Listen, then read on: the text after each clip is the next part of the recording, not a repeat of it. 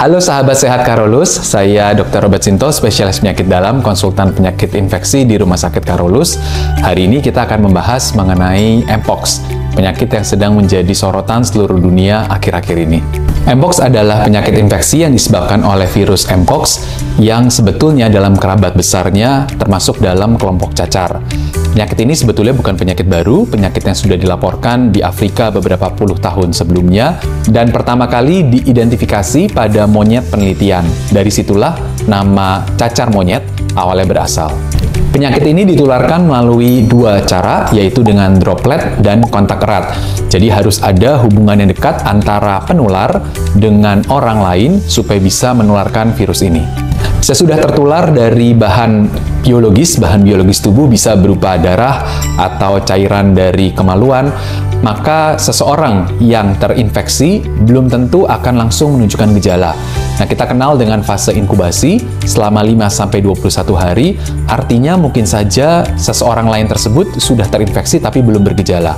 Baru kemudian gejala mulai muncul, diawali dengan demam, ruam pada area tubuh, ruamnya berupa ruam datar yang kemudian menjadi ruam yang menonjol, berisi cairan dan biasanya dilekuk di permukaan.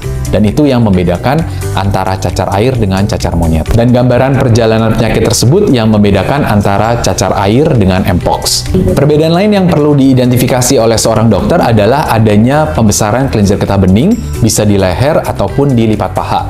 Pada Mpox akan dapat ditemukan pembesaran kelenjar getah bening tersebut, sementara pada cacar air tidak ditemukan adanya kelenjar getah bening tersebut. Yang lain adalah keluhan tambahan. Pada cacar air, keluhan tambahannya biasa berupa gatal, tetapi pada Mpox berupa rasa nyeri pada area ruam-ruam tersebut. Sesudah dicurigai secara klinis, maka dokter akan mengambil bahan dari area ruam atau bintil air tersebut untuk dapat diperiksakan PCR. PCR juga bisa diperiksakan dari area tenggorokan.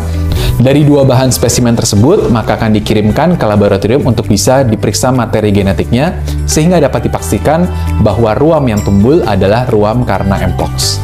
Pengobatan spesifik pada beberapa populasi tertentu bisa kita berikan antivirus, dan antivirus sudah disediakan oleh Kementerian Kesehatan untuk bisa digunakan pada pasien yang terdeteksi positif Mpox. Tapi tidak semua pasien yang sakit berat, atau pasien yang jumlah lesi kulitnya banyak, atau risiko menjadi berat merupakan prioritas yang memerlukan antivirus untuk Mpox.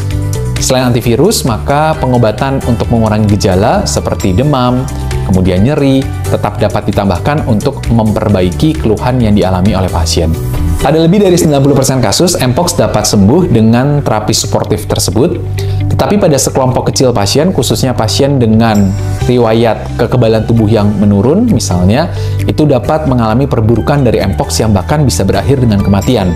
Karena Mpox dapat menyerang banyak organ dalam lain, bukan hanya kulit saja, tapi dapat mengakibatkan radang paru, radang usus yang dapat berakhir fatal pada individu-individu tertentu dengan kekebalan tubuh yang menurun tersebut. Mpox dapat dicegah dengan menghindarkan diri dari kontak, baik itu kontak secara langsung ataupun kontak dengan droplet. Karena itu, beberapa hal yang bisa kita lakukan. Yang pertama adalah mengurangi pajanan dengan seseorang yang dicurigai atau terinfeksi Mpox. Kedua, selalu mencuci tangan sesudah kita kontak dengan pasien lain atau kita kontak dengan individu lain, apalagi kalau individu tersebut memang terdiagnosis Mpox. Yang ketiga, hindari menggunakan barang-barang pribadi secara bersama-sama untuk menghindari penyebaran penyakit yang ditularkan melalui kontak. Keempat, karena dia menular juga melalui droplet, jadi kita kalau berhubungan dengan orang lain yang dicurigai Mpox atau kita diduga Mpox, maka gunakan masker medis untuk bisa menghindari penularan dan ditularkan dari orang lain. Kelima, Mpox sudah tersedia vaksinasi dan pemerintah tahun lalu telah melakukan vaksinasi untuk kelompok risiko tinggi.